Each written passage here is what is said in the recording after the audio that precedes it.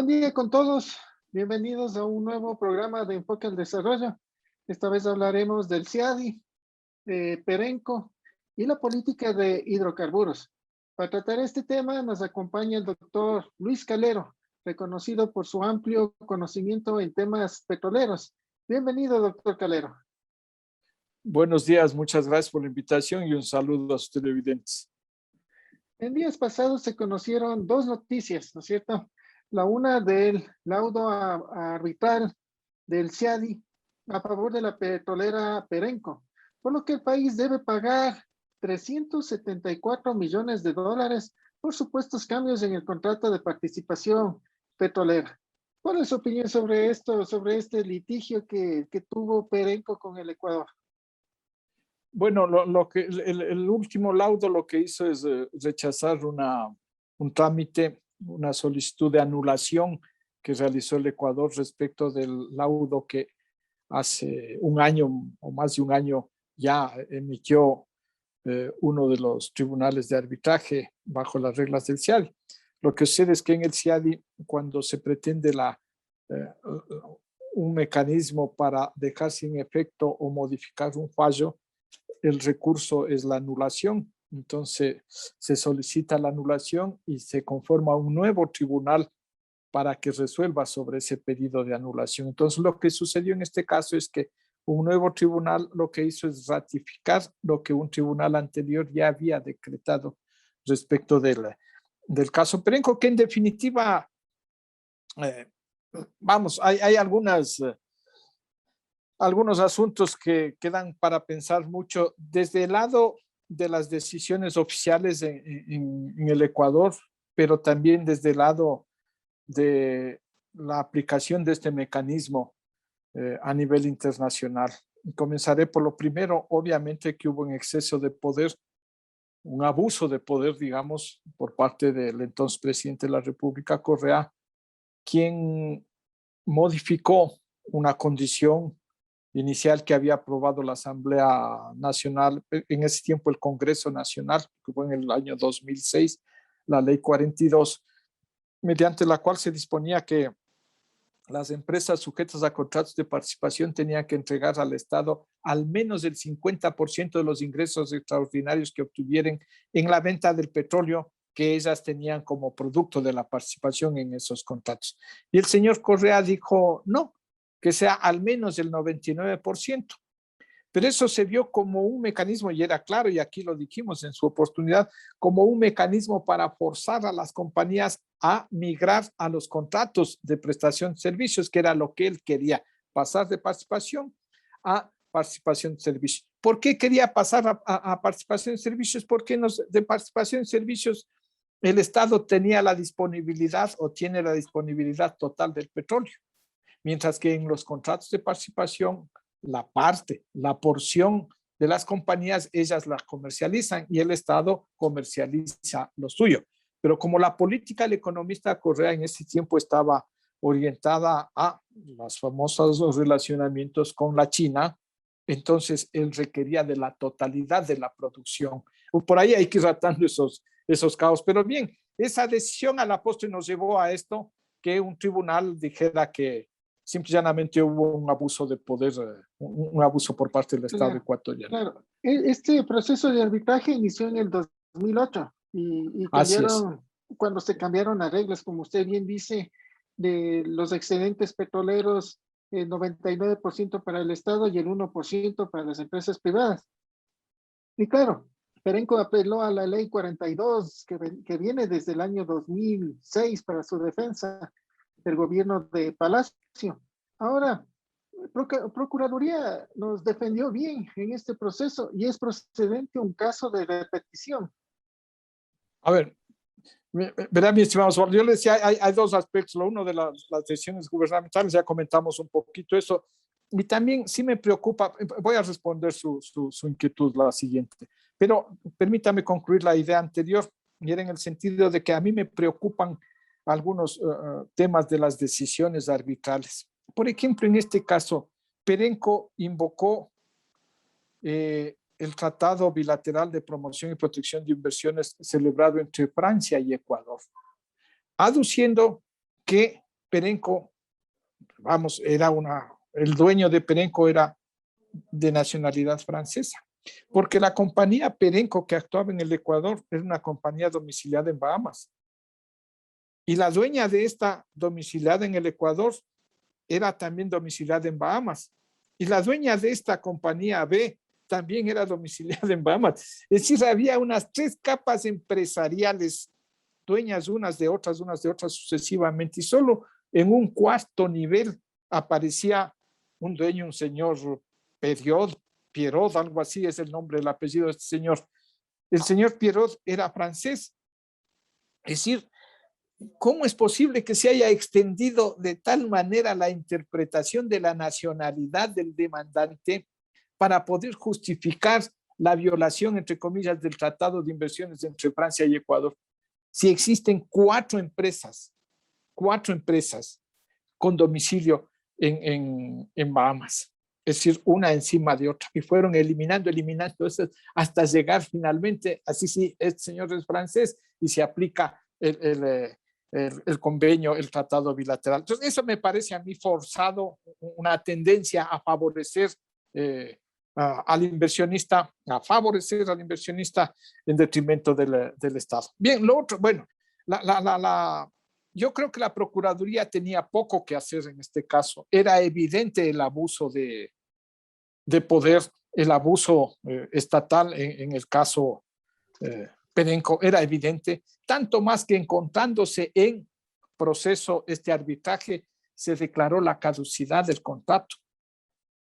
Entonces, estos 2 elementos son los que el tribunal determinó como las violaciones al tratado bilateral de inversiones, estos 2 elementos, porque inclusive la ley 42 como tal, cuando estableció al menos el 50%, el tribunal consideró que no era violatoria del tratado, porque la empresa tenía la oportunidad de negociar el restablecimiento del equilibrio económico del Estado. Y le dice a la empresa, usted no hizo lo suficiente para pelear por el restablecimiento del equilibrio económico del contrato, por lo tanto no le admito esa tesis. Pero sí lo otro, cuando se cambia de al menos el 50, al menos el 99, entonces se vio como un abuso de poder, y eso sí, consideró el tribunal que era una infracción al tratado.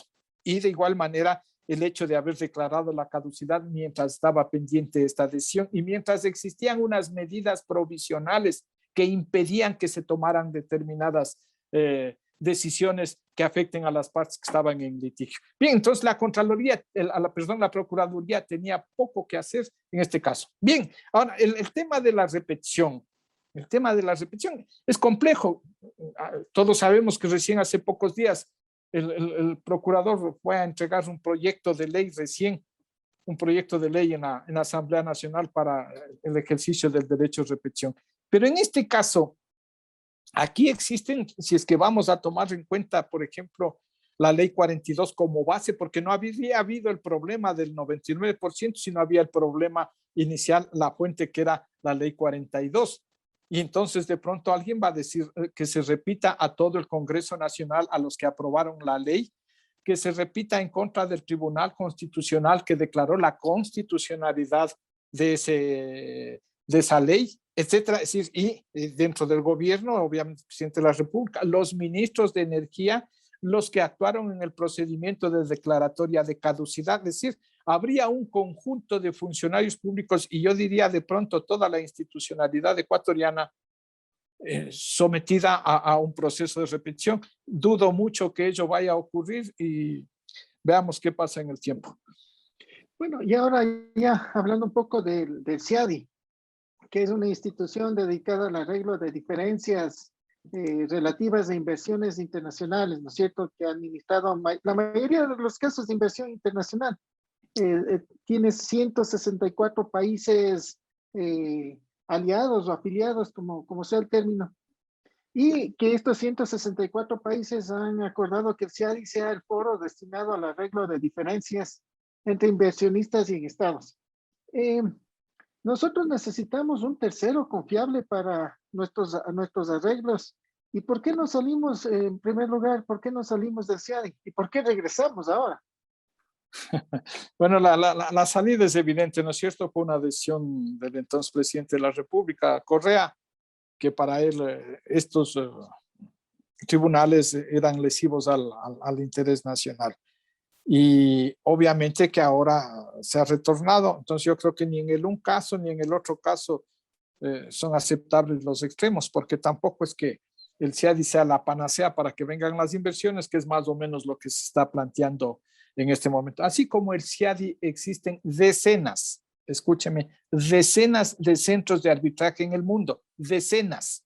Este es apenas un centro de arbitraje, solo que fue propiciado por el Grupo Banco Mundial. El Banco Mundial más otras organizaciones que le son filiales, que son sus hermanas. En definitiva, este grupo creó el centro, primero propició el convenio CIADI. Entonces, el convenio es al que se adhiere el Ecuador, acaba de adherirse nuevamente, y al que están adheridos, lo que usted dice, 164 países que se han adherido y han ratificado este convenio. Entonces, mediante este convenio se crea el Centro de Arreglo de Diferencias relativas a la inversión, las famosas reglas CIADI. Pero el convenio básicamente está relacionado con proteger las inversiones, porque todo esto viene a propósito de los tratados bilaterales de promoción y protección de las inversiones, promoción y protección de las inversiones. Tanto así, de unas estadísticas que constan en la propia página web del CIADI, el 60% de los casos resueltos por el CIADI desde su creación en el año 1966 hasta el año 2020, que son unos 803 casos, el 60% por lo menos tuvieron como fuente, como origen, los tratados bilaterales de promoción y protección de inversiones. Entonces, el fondo, la intencionalidad del convenio, la intencionalidad del centro, simple y llanamente es proteger las inversiones. Y de ahí que podría existir entonces, o en el imaginario se crea la sensación de que habría una preferencia para, ¿no es cierto?, sancionar a los estados y dar la razón a los inversionistas. Aunque las estadísticas por ahí nos digan un poco lo contrario, y más o menos pudiera llegarse a establecer que ha habido un 50-50. En el 47% de estos 803 casos que le comento, en el 47% se le dio la razón o se atendió las demandas de manera total o parcial a los reclamantes, a los inversionistas reclamantes. Y en el 53% restante, o no se les dio la razón en ninguna de sus peticiones, o el tribunal consideró que no tenía jurisdicción para conocer esos temas. Es decir, por ahí ha habido, por eso digo 50-50 el asunto. Pero, mire, un asunto que me preocupa a mí, si es un mecanismo alternativo para la solución de controversias, y lo alternativo va para superar deficiencias que tienen institucionalmente los distintos países en su estructura judicial, en su estructura jurisdiccional. Y la una es que podrían ser jueces que vayan más a privilegiar al Estado en contra de los privados, o inclusive por el asunto de la demora. Pero fíjese usted que en el caso Oxy se demoraron más de 12 años. En el caso Perenco se han demorado más de 10 años. En uno de los casos de Chevron, Texaco, se demoraron como 18 años. Entonces, esto de la severidad, de la seguridad jurídica, y como parte de la seguridad jurídica, la celeridad en la solución de controversias, no existe con este mecanismo. No existe.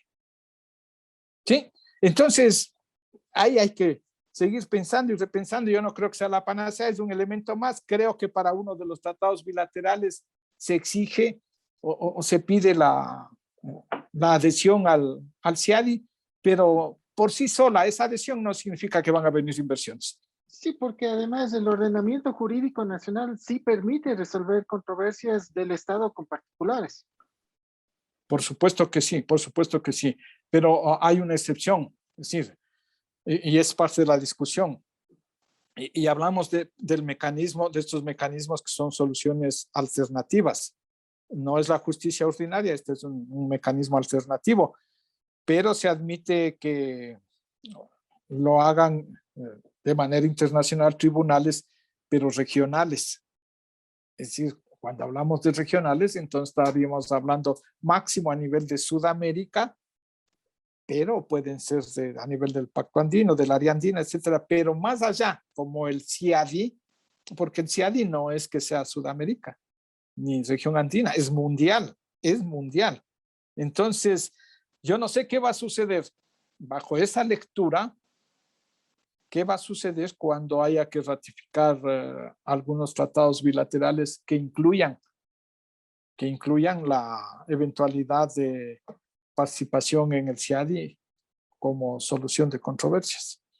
Habrá que ver. Hemos topado dos temas, Perenco y el CIADI, y creo que es necesario topar un tercer tema, porque con decreto 95 del miércoles 7 de julio del 2021, el presidente Guillermo Lasso expide la nueva política hidrocarburífera del Ecuador, ya que el sector, según lo que dice el decreto, debe ser eficiente, competitivo, sostenible y ambientalmente responsable.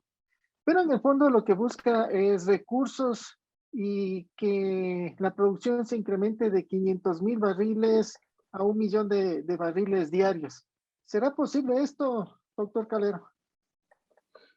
A ver, primero yo creo que de política no tiene nada. Una política es un curso de acción, una línea, un horizonte que se fija en alguna materia, una política pública.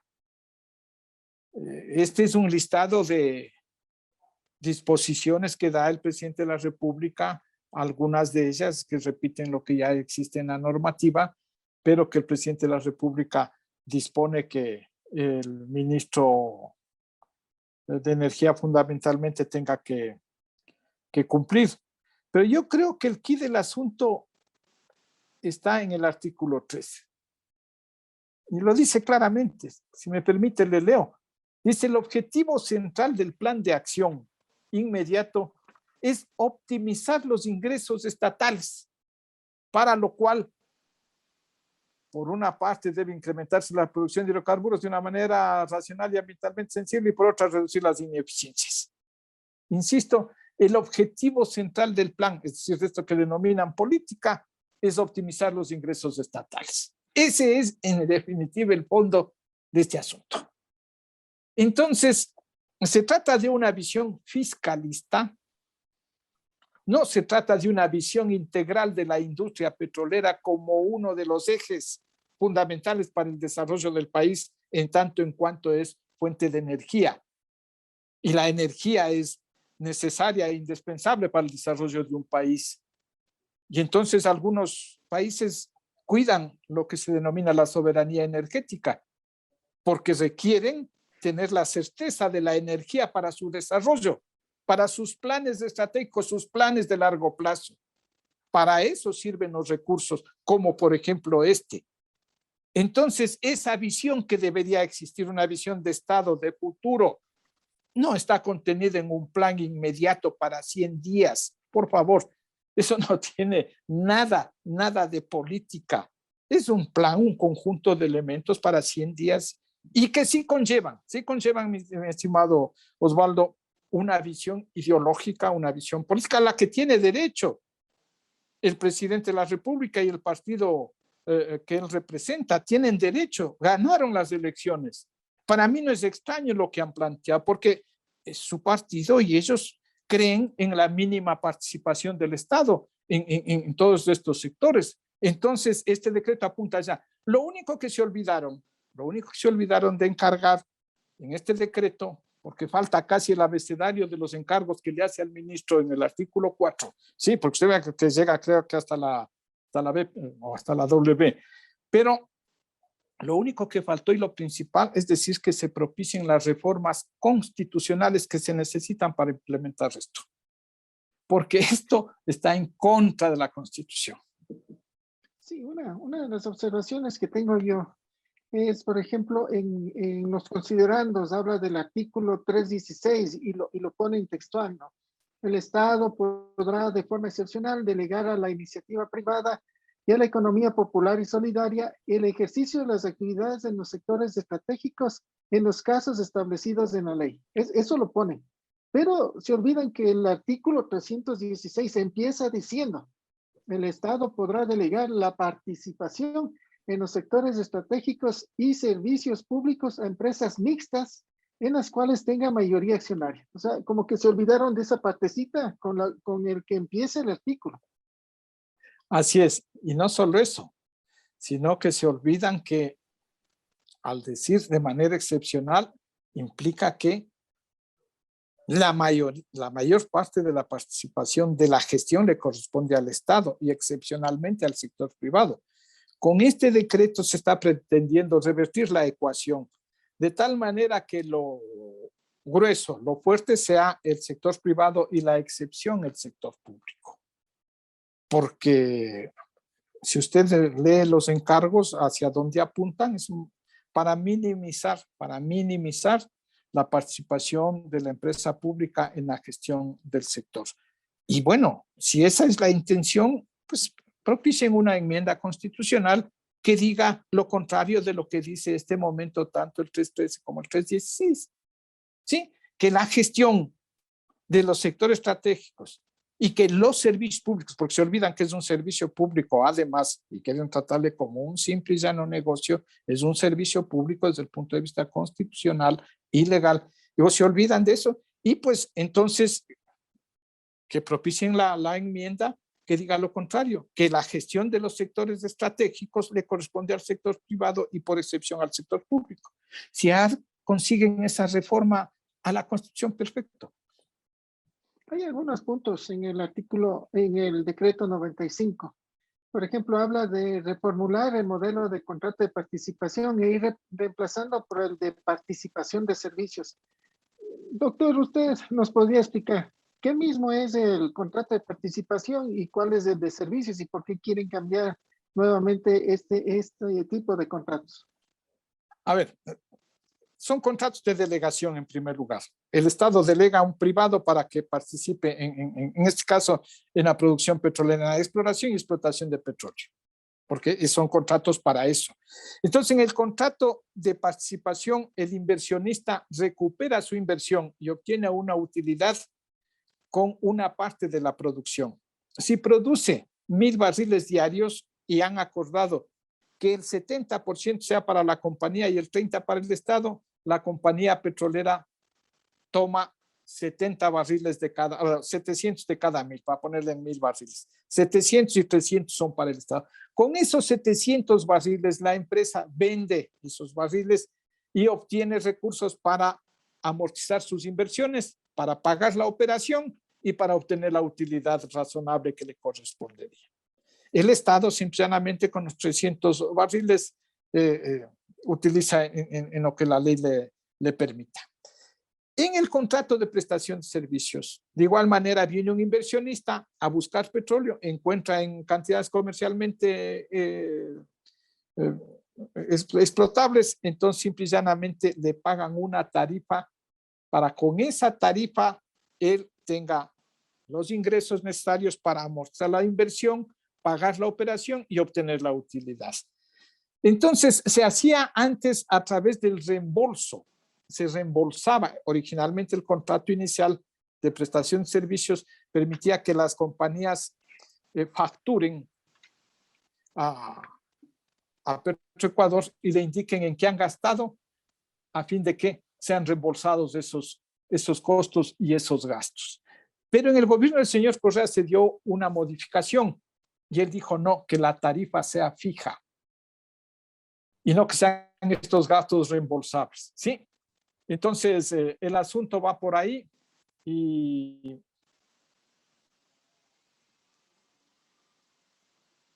tuvimos ahí un pequeño inconveniente. Entonces, el asunto va por ahí. Entonces, se estableció una tarifa fija, y es lo que está vigente en este momento. Ahora se pretende regresar nuevamente al contrato de participación.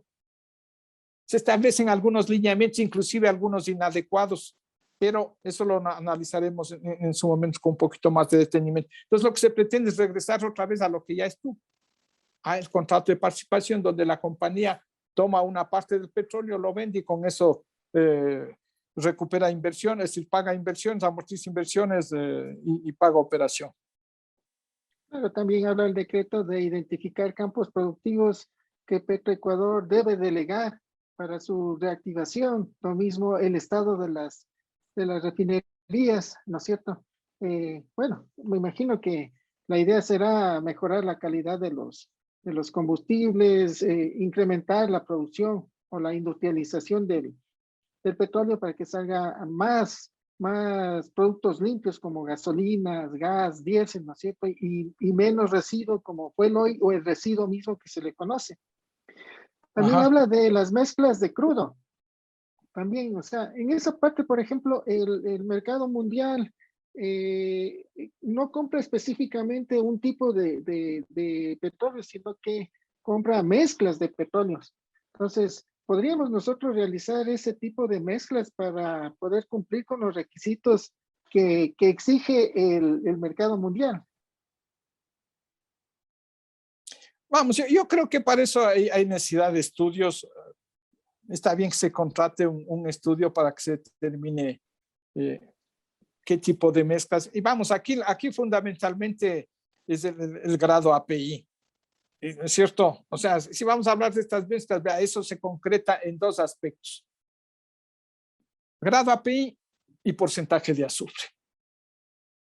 Entonces, si es 23, 24 grados API, que mejor sea 27 y para tener más crudo napo que para vender el de 18 grados API, es decir, con mayor castigo, y al mejorar el grado API disminuye el porcentaje de azufre de 1,5 que pueda bajar a 1,2, a 1,3, sube la cotización del crudo, pero obviamente tengo menor volumen para exportar.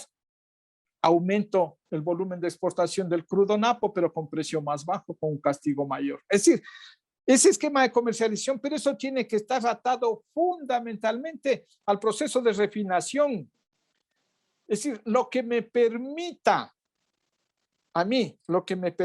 una optimización del proceso de refinación, de no incluir una mezcla demasiado pesada, sino incluir una mezcla lo más liviana posible para obtener productos de mejor calidad. Y lo que me sobre, eso voy a ver en el mercado cómo puedo colocarlo. Pero priorizar la mezcla de crudos para la exportación, sin considerar el tema de refinación, me parece un error garrafal, y profundizar uno de los problemas que han venido sosteniéndose durante mucho tiempo relacionado con la calidad de los combustibles y la eficiencia de las refinerías.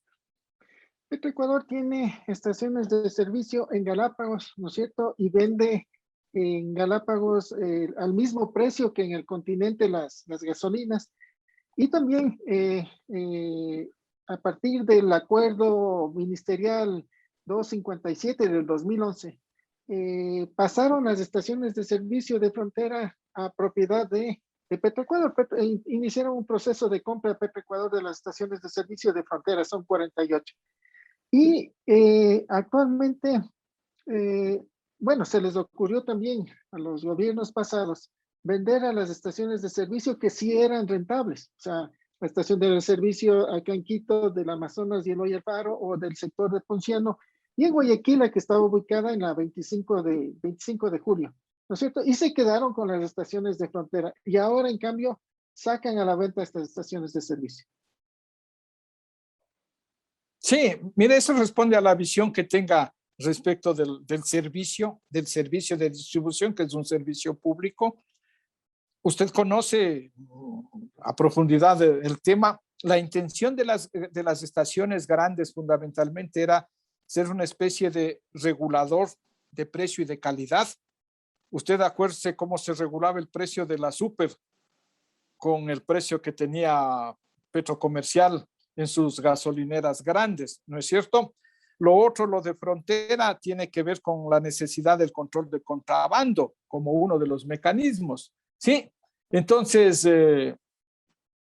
yo creo que, vea, les soy honesto, para mí es un problema de menor cuantía el tema de las gasolineras, obviando este asunto de estrategias para control de contrabando, una autorregulación en el mercado y cosas por el estilo. Si eso desaparece y se va a liberar totalmente el mercado y cosas por el estilo, y no importa los temas de contrabando, bueno, véndanlo. Pero desde el punto de vista de ingresos fiscales no es que va a ser el gran ingreso, pues no es cierto.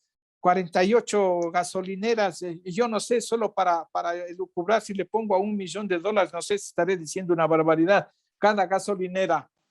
Yo sé que depende del tamaño del mercado que está cubriendo, etcétera, etcétera, pero para hablar de una barbaridad, $1.000.000 por gasolinera, voy a recaudar $48 millones versus 8.000 millones que tengo el déficit, por favor. Perfecto. Sí, hay muchos temas en este decreto, como usted dice, para seguirlo conversando. Otro de los temas también es los perfiles para los nuevos gerentes en Ecuador, que también sí es bueno revisar, no solo para los gerentes, sino también para los mandos medios, porque son puestos técnicos y especializados. Doctor Osvaldo, Calero. discúlpeme una cosita. Si van a desmantelarle a Petroecuador, ¿para qué me gasto contratando una consultora para los perfiles de gerentes internacionales? Si es que fuera a fortalecer a la empresa, yo estoy totalmente de acuerdo. Y era uno de los que en privado yo decía, yo contrataría mediante un concurso internacional el gerente de Petroecuador.